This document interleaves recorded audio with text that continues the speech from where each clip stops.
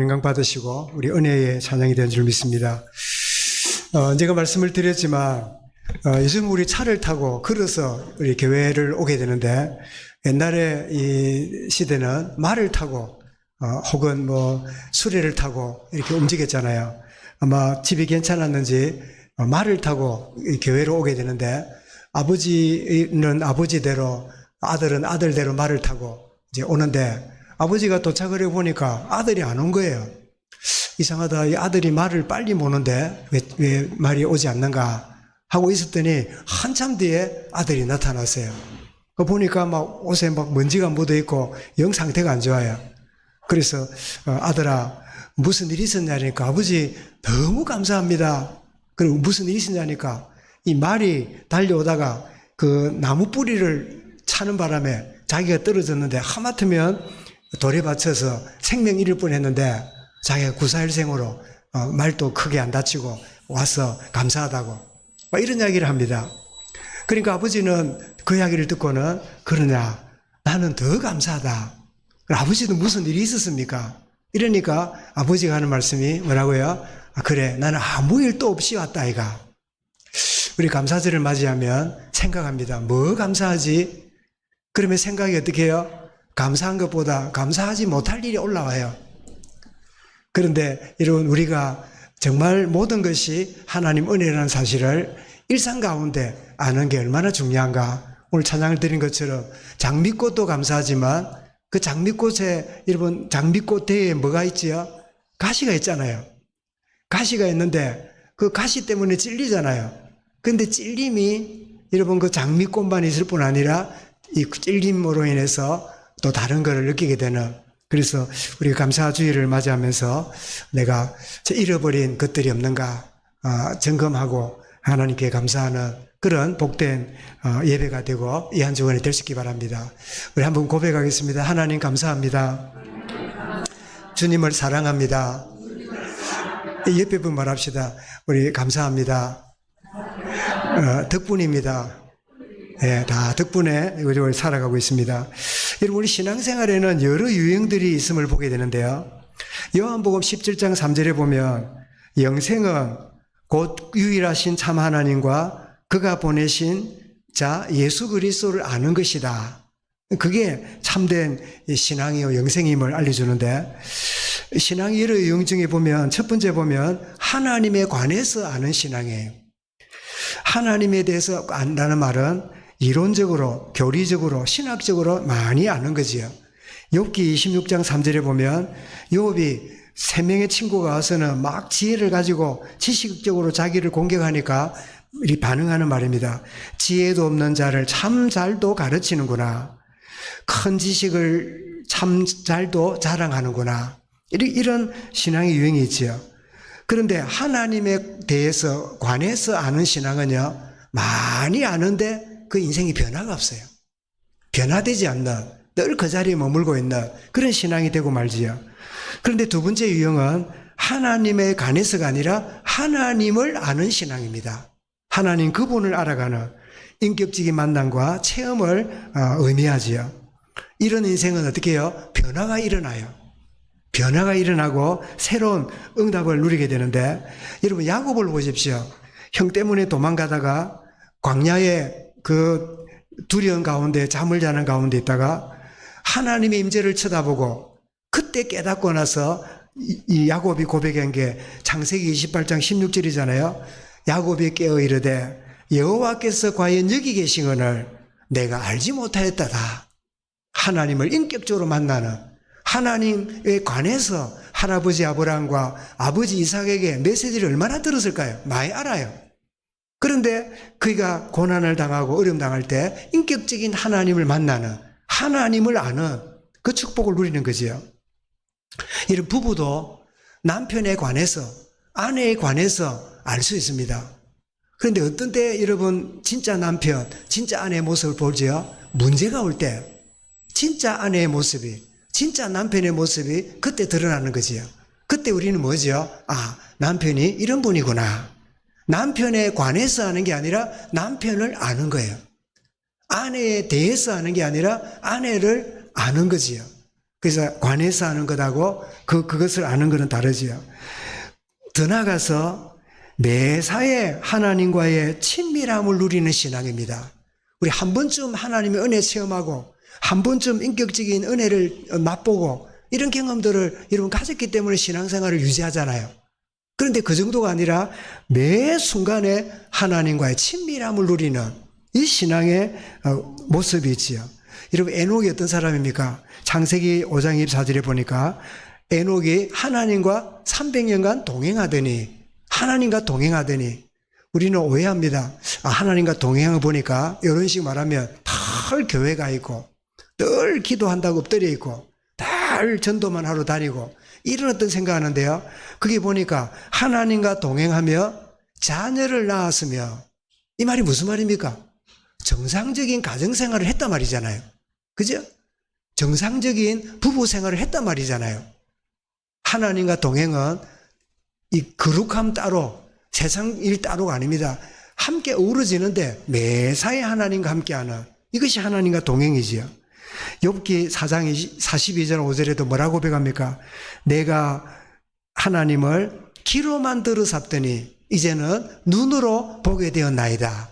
욥도 큰 고난을 겪어만 다음에 그 신앙이 온전히 바뀌는 이럴 때 뭐가 오지요? 이제는 그 신앙이요 성숙해져요.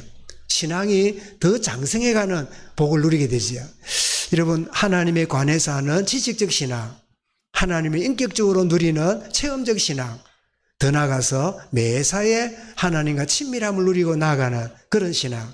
그래서 순례자의 길이라는 어떤 그 책을 읽어보면 요지가 뭐냐니까 자기가 어떻게 하면 기도를 더 잘할 수 있을 것인가 하고는 여러 사람들을 찾아갑니다.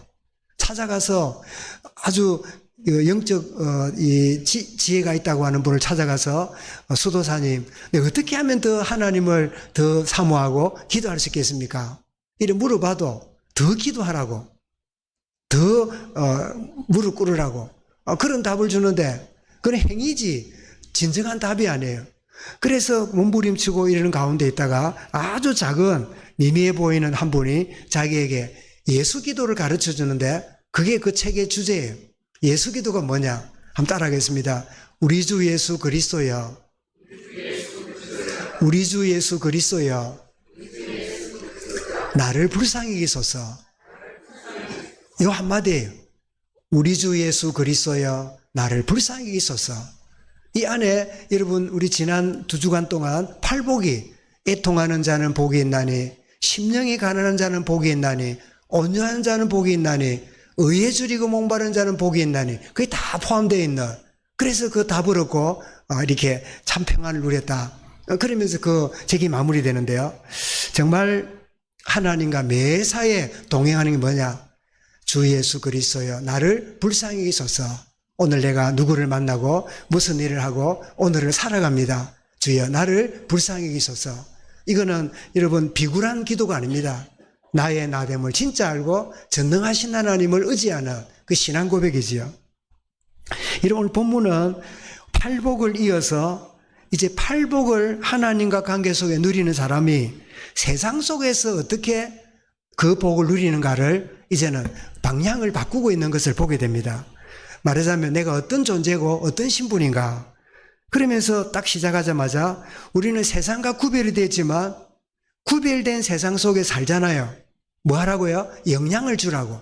그 영향을 주는 것을 주님은 오늘 2가지로 말씀합니다. 뭐라고 말씀하지요? 너희는 세상의 소금이라. 2번째 뭐라고요? 너희는 세상의 빛이라. 세상에 영향을 주는 자다. 이렇게 2가지 일상적으로 아주 가까운 것을 가지고 말씀하지요. 제일 첫 번째는 너희는 세상의 소금이라. 여러분 소금을 한문으로 하면 뭐지요? 소금 염자지요. 염자. 우리 진해 가면 조금 내려가면 사거리가 하나 있는데요. 염전 사거리예요. 그 염전이 옛날에 그 지역이 뭐냐? 간척하기 전에요. 거기가 소금밭이었어요. 소금밭, 삼거리. 이제 지금 사는 사람이 염전 사거리 해도요. 옛날에 거기가 소금 단지였다는 걸 몰라요.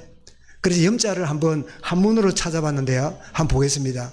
세 개를 붙었는데 오른쪽에 보면 소금기가 있는 밭이라 그 뜻이에요.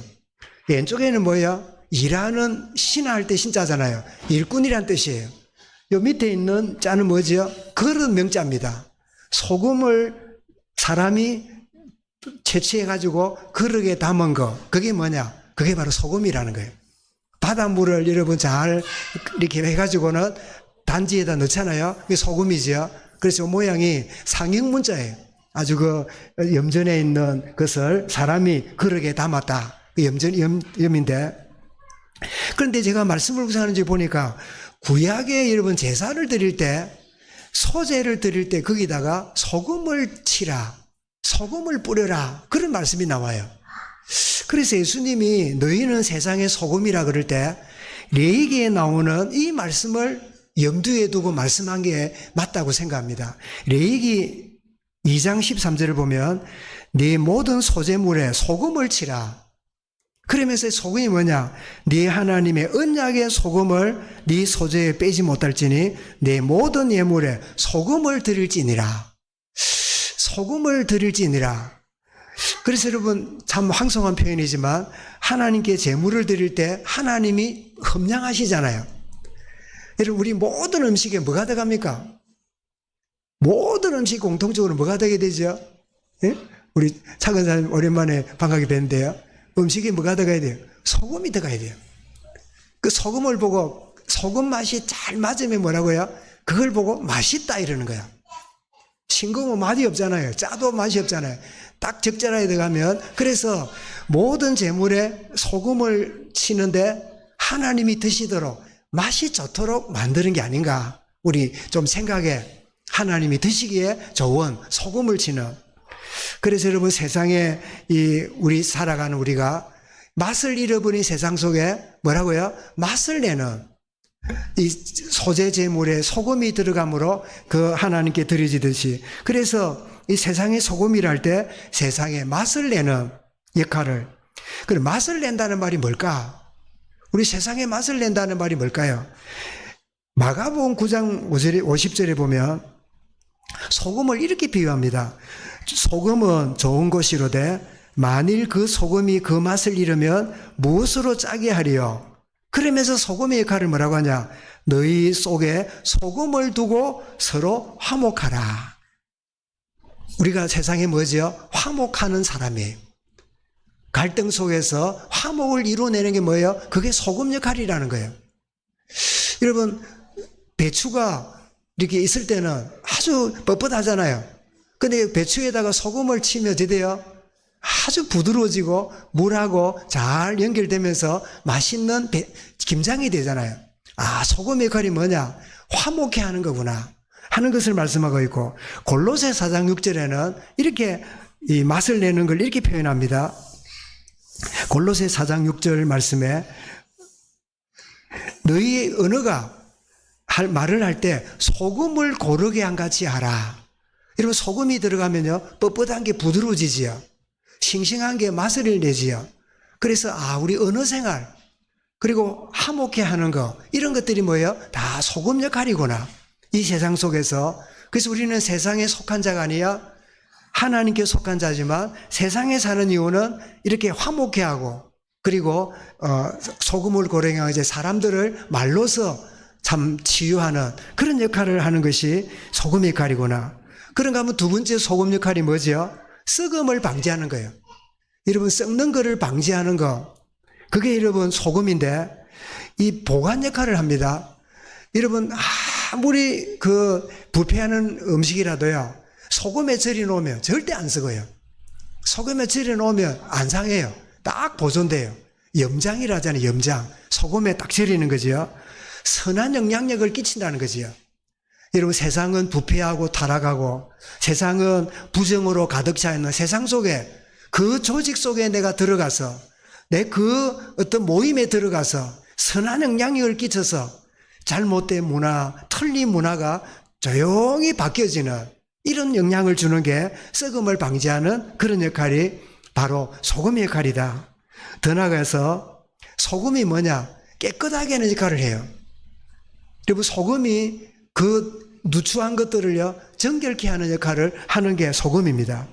열왕기하 2장 19절부터 22절에 보면 어느 시대냐 하면 이런 그 엘리사 시대에 그 생도들이 모여 있었잖아요. 신학생들이 있었잖아요. 그런데 여리고 지역에 가까이 갔더니 그 신학생들이 물을 못 마시는 거예요. 왜냐하니까 그 근 있는 우물이 물이 써서 먹을 수가 없어요. 먹으면 배탈하고 사람이 몸을 상해요. 그랬더니 놀랍게도 엘리사가 소금을 가져오라 하고는 물 근원에다가 소금을 칩니다. 소금을 쳤더니요, 그 물이 깨끗해졌고 지금까지도 그 물이 치유되었다. 그런 표현이 나와요. 여러분, 저와 여러분은 부패한 세상에 부패한 썩은 물에 들어가서 우리가 여러분 하나님 자녀가 있을 때요, 신선하게 하고 성결하게 만드는 역할을 주는 것이구나. 치유의 역할을 하는 것이구나. 그래서 여러분, 은은은 사람을 죽이기도 하고요, 사람을 살리기도 해요. 이런 저와 여러분은 참 이 두 가지 면을 다 갖고 있기도 하지요. 아주 우리가 영적 상태가 좋으면요, 모든 사람을 살리고 치유하는 말이 나가고, 영적 상태가 안 좋으면요, 말 한마디 단어 하나만 던져도 어떻게 해요? 남에게 상처를 주는 그런 말이 나가잖아요. 예를 들면 우리 이제 곽 장로님과 홍 전도사님이 아주 인고 부분 줄 아는데 때로는 이럴 수 있겠죠. 여보 이래 말하면 똑같은 여보인데 그게 어떻게 들려요? 기분 좋게 들릴 수도 있지만 기분 나쁘게 들릴 수 있겠지요. 말하는 사람도 그렇고 듣는 사람도 그 말에 내 영적 상태에 따라 다르게 들리겠지요. 여보 하는 말하고 여보 이 뭐야? 불만이 있다는 말이에요. 똑같은 단어인데 여러분, 우리 언어가 사람을 치유하는 소금 역할을 하는 이런 것이구나. 근데 여러분, 성경에 보니까 소금이 맛을 잃어버리면 어떻게 맛을 내겠느냐? 발필 뿐이니라.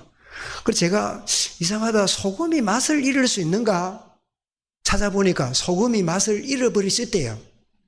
여러분, 소금이 뭡니까? 염화나트륨이잖아요. 염화나트륨이 순수한 소금인데 이 소금 덩어리에 다른 게 들어간대요. 하얀 가루가.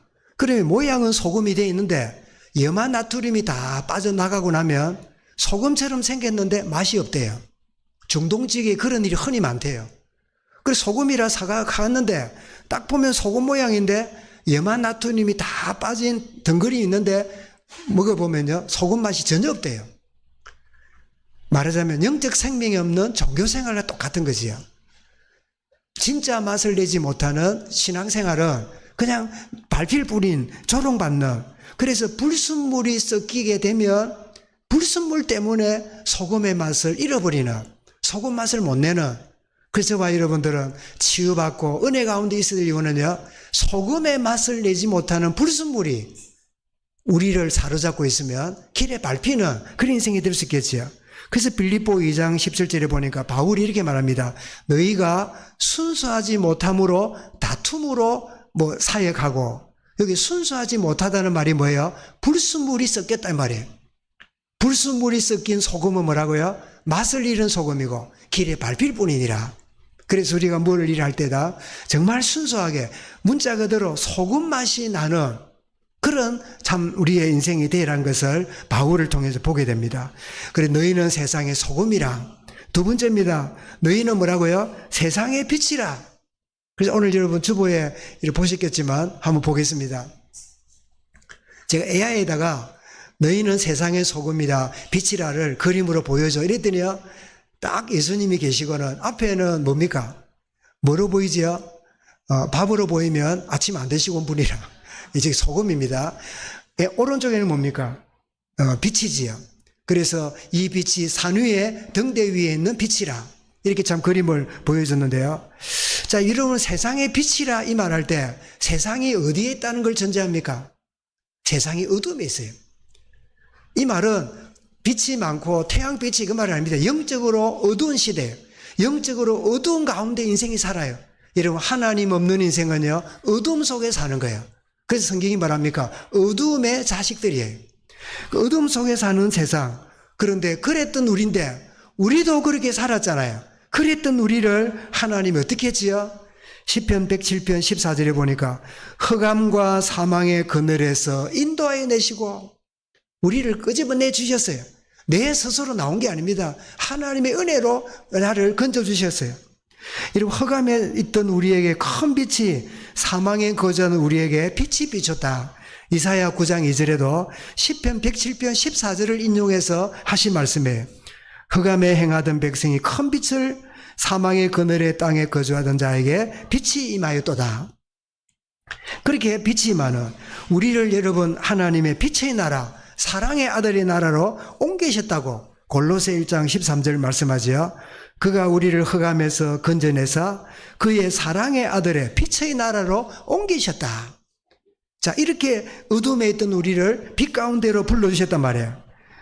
그런 우리가 그리스도가 우리의 참빛이고 그분과 함께 동행하니까 이제 우리는 뭐예요? 빛의 자녀예요.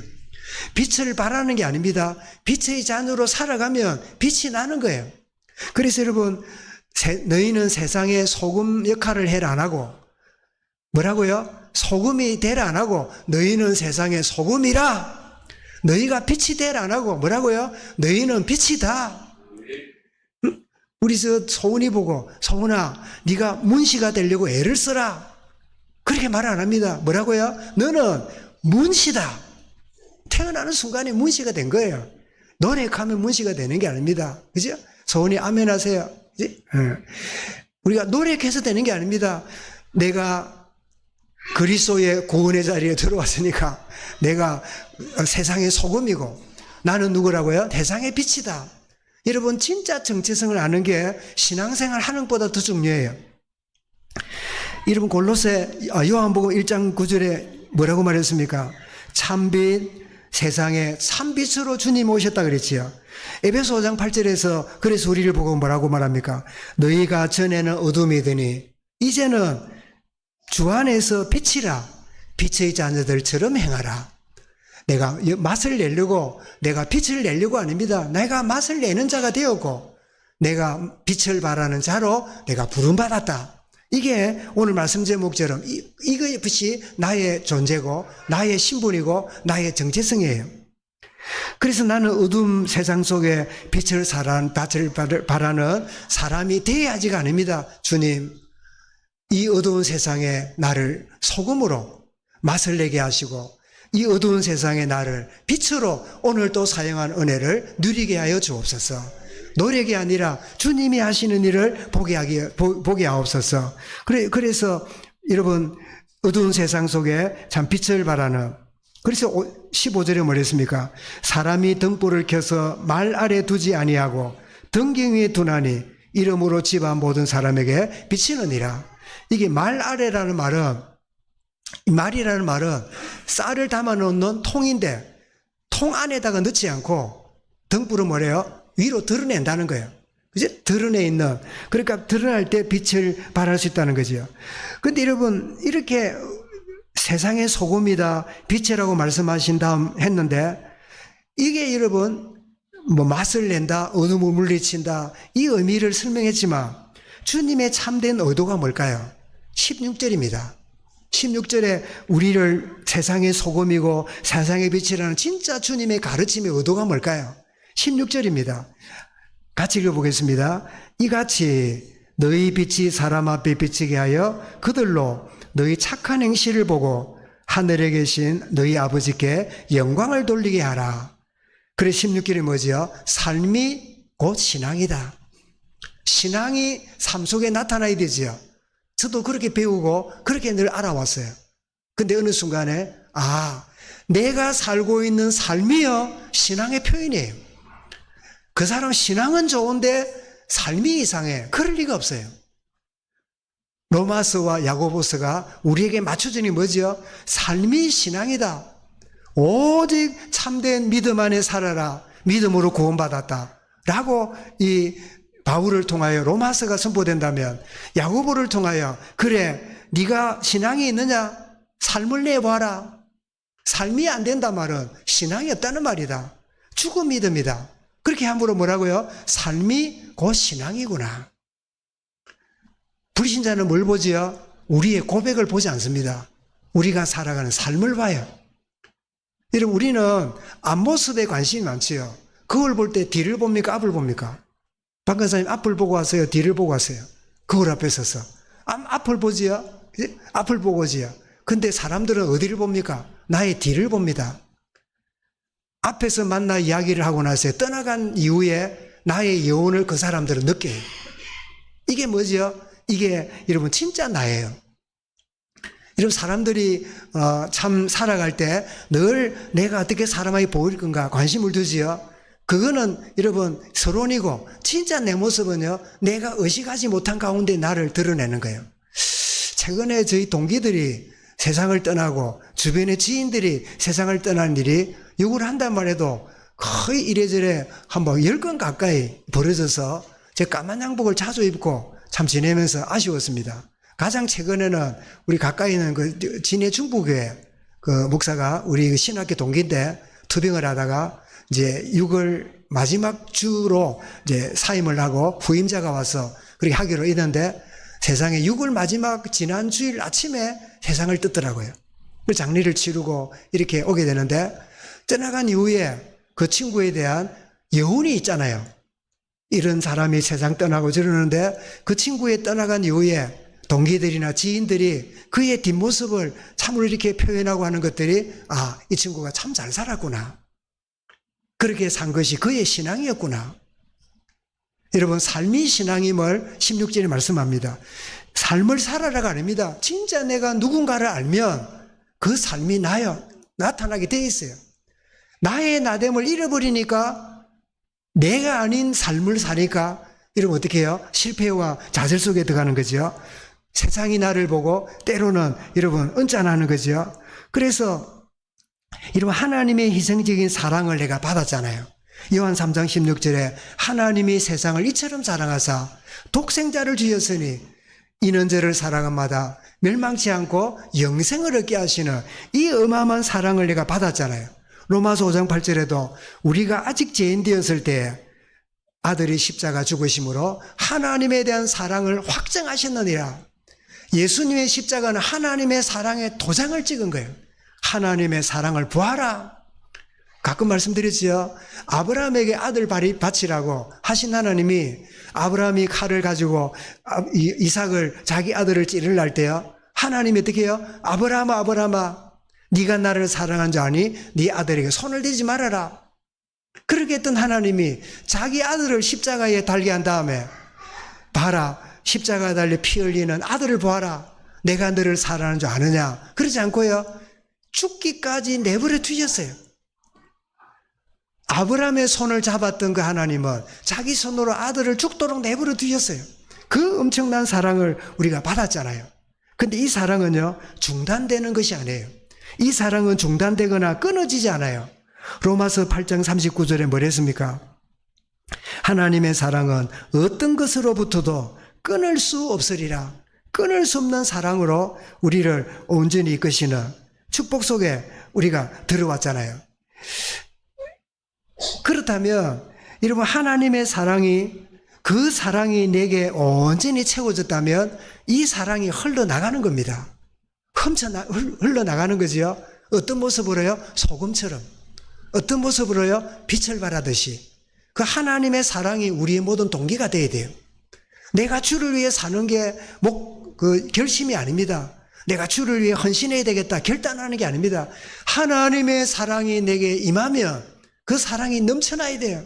그럴 때 여러분 맛을 내고 어두운데 빛을 내지. 여러분 이런 경험 안 하십니까? 나도 모르게요. 주님의 은혜인 줄 알고 신앙적으로 한다고 최선을 다합니다. 참아주고 배려하고 도와주고 챙겨주고 다 합니다. 그러다가 어느 순간에 분노가 일어나요. 어느 순간에요. 이 배신감을 느껴요. 어느 순간에요. 그럴 수 없는 손해감이 막 찾아와요. 뭐에 출발했기 때문일까요? 하나님의 사랑에서 출발한 게 아니에요. 다 내 의예요.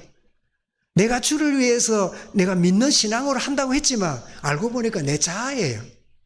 그러니까요. 그렇게 남편을 아내를 자녀를 부모를 끝없이 했는데 내가 한 만큼 받아들이지 않을 때 그때 찾아오는 상실감, 그 분노, 좌절감 거기서 오는 막 엄청난 이 괴로움들이 찾아오지요.